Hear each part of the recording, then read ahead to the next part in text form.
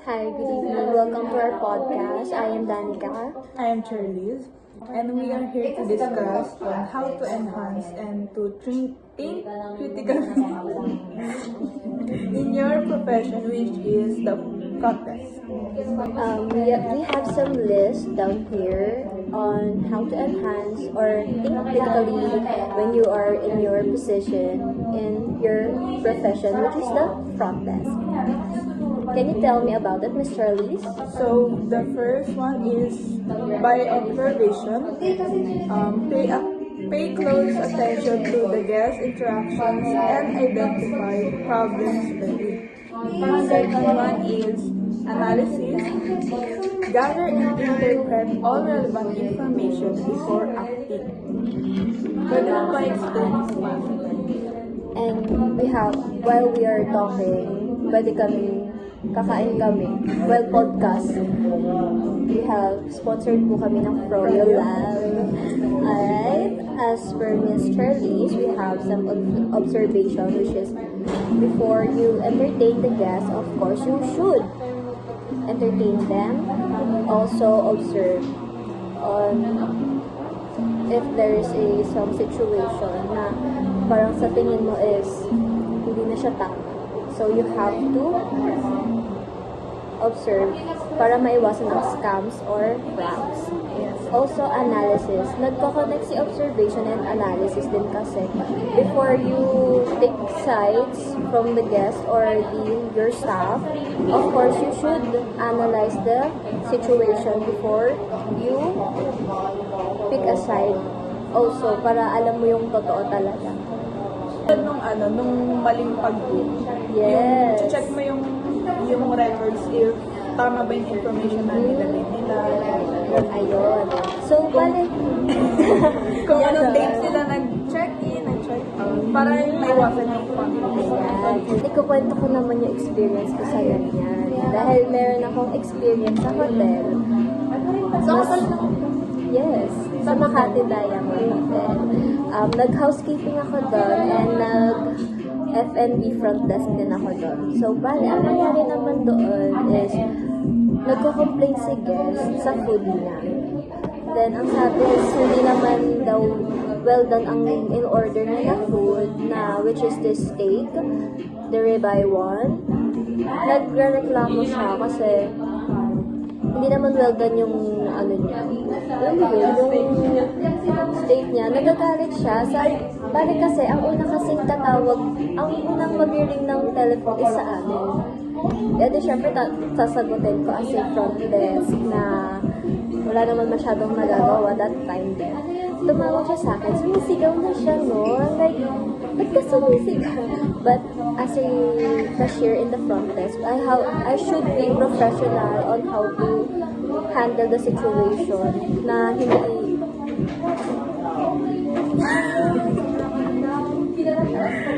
Ayan.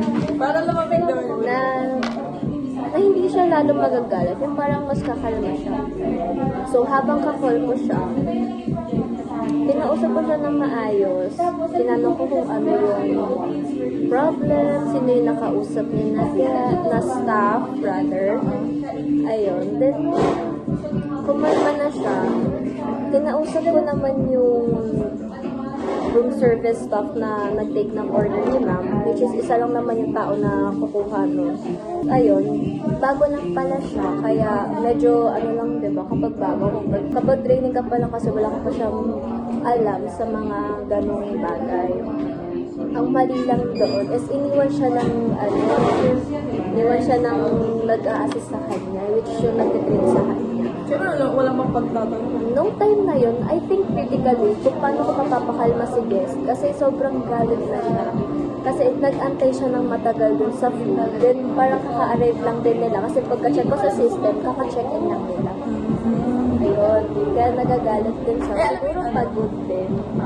Alam mo yung kwento ni Chef? Yeah. Yung tungkol sa... Yung sa cold soup. Yes. Naalala ko yan. Kasi, ang kwento ni Chef sa amin, may nag-order daw sa kanila na cold soup na, nakalagay din sa menu na cold soup. Ano yung tawag recipe niya? Beshi Swak. Vichyssoise. Yan. Yeah, Vichyssoise. So, ayun. So, under the, recipe na yun, nakalagay, cold Italian soup. Tama. Tapos, yung customer na yun, umorder. Tapos, pagka-arrive ng order nila, nagreklamo, bakit hindi mainit yung soup ko? Naalala ko yan. Si Sheffy pa daw yung nag-assist sa gas na yun. Tapos, ang ginawa ni Sheffy, syempre, syempre, hindi mo naman kailangan suwayin yung customer. Pero kasi, customer is not always right. So, ang ginawa ni Sheffy, ang binigay daw sa customer is yung nagbo-boil talaga na Yung kitchen naman ang nag-decide na ganun ang gawin sa Tapos, gusto ng manigis.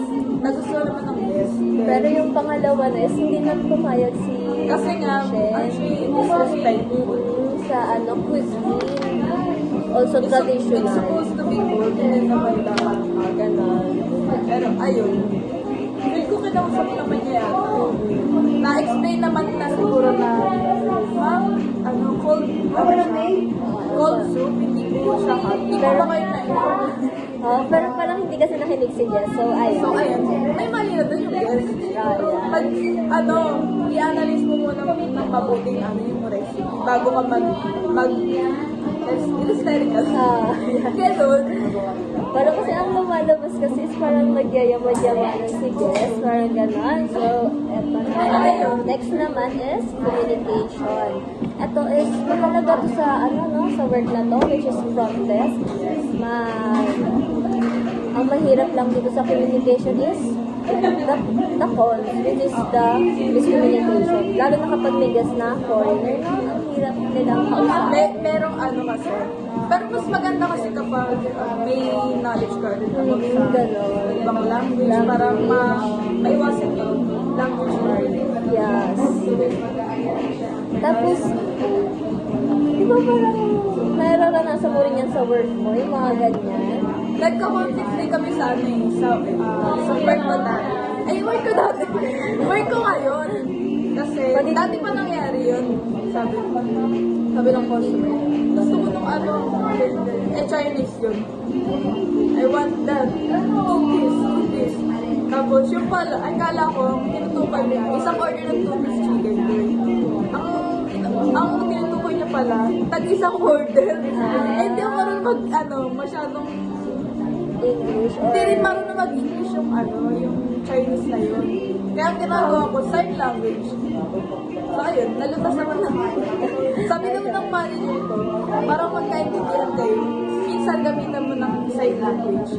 O kaya ituro mo yung poster. Kasi nakakatulong din minsan yung poster. Yes. Si Jollibee ba? Para a-assess mo sila kung ganito dapat, gano'n. Ano yan? Ano next? Next na is... Problem solving. Ayan. Problem solving. Basahin ko. So, problem solving. Magbe-brainstorm daw kayo and i-evaluate multiple solutions. Then, implement the best one and follow up the ensure satisfaction. Kailangan nyo i-gather yung mga information para yun, maganda yung result. Also, yung assess... Parang makapag-decide ka ng maayos kung tama ba itong sasabihin mo sa customer, kung parang may complaint, ganito. Kailangan mo ng observation, no? Katulad ng minention ko kanina, na kailangan mo munang alamin ang both side before ka pumili. Bago ka umaction, kailangan alam mo yung kwento ng both side para mapagsabihan mo sila parehas. Magtanong ba sa It is a professional way no, para ma-solve ang problem. The next one is continuous learning. Ito naman is, di ba kapag bago ka pa lang is nagkakaroon ka ng problem, nagkakaroon ka ng mistakes, don't take it as like negative na take it as a lesson na lang. Totoo. Diba? Kukunin mo siya as a lesson, then parang magiging motivation mo sa para mas maging magaling ka pa or mas ma-enhance mo yung diba? Yung work mo. Mapagsabihan ka mo ng manager mo na masakit ng salita, pero nag-advise na sa kung ano yung dapat mong gawin para ma-improve ka, para sa sarili mo. Dapat makinig ka kasi. Also, kapag nasa work ka kasi, don't take anything heart to heart. Kapag work kasi is work lang talaga, gano'n. Kaya wag mong dadamdamin kapag napagsabihan mo kasi para sa sarili mo naman. Gano'n. So, dadagdagan na lang namin siya. Kapag sa communication, dadagdagan namin siya is mga na-experience naman namin. Kung ano na-experience mo sa gano'n? Sa communication? Siguro sa friends. Yeah. Lalo na kapag, alam mo yun, alam mo nang wala kayo Hindi kayo okay hindi doon. kayo okay. Tapos alam niya din. Tapos Parang hindi siya... tinry mo makipag-communicate. Pero itong Hindi siya isa, nakikinig. ayaw naman. Nakikinig, ganyan. Siguro, sino may problema? Siguro baka nahihiya siya or hindi na talaga niya gusto makipag-friends or Pero siguro, communication siya sa mas para malaman mo yung sa'yo. also comprehension din. If there is a communication pero wala namang comprehension, wala rin ang communication, di ba? Then sa problem solving, siguro yung naranasan ko doon sa work before sa problem solving is you should think critically muna. Right? Kasi ako kapag may time na Ay, sobrang galit na galit na si Guest. Hindi, oo, yung time na galit si Guest. May time na hinagisa ko siya ng mind. Eh, hindi ako nakapag-think ng critical. Inawian mo? Hindi ko siya as negative. Which is negative naman. Batuin ka ba naman ng barya? Hindi ka iiyak. Umiyak ako noon, pero alam mo yun, pero, nandun yung manager ko, Nakita niya. siguro ayun yung best para decision making ka tapos mag-think ka ng Ako na. mag-step up yung manager on behalf sa sa group. Tawag na rin, nagagalit. So yung sa akin naman is, after na kumain ng guest sa restaurant, syempre, diba, yung iba naman, come and go, lalo na kapag peak hours, maraming tao. Then merong isang guest na foreigner siya, sumisigaw siya doon sa isa namin, sa training namin na cashier. Sumisigaw siya, sinisigawan niya, like, is there any FC here? Maganon siya, tinuturo niya yung table dun sa baba. Kasi baba, tas taas dito. Ayaw niya dun sa mesa, taas.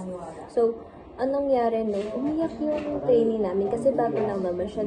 Wala siyang experience sa gano'n. Eh, naawa ako. Pero, nandun naman yung assistant manager, kaya tinulungan kami. Oo, ganun yung Gano'n.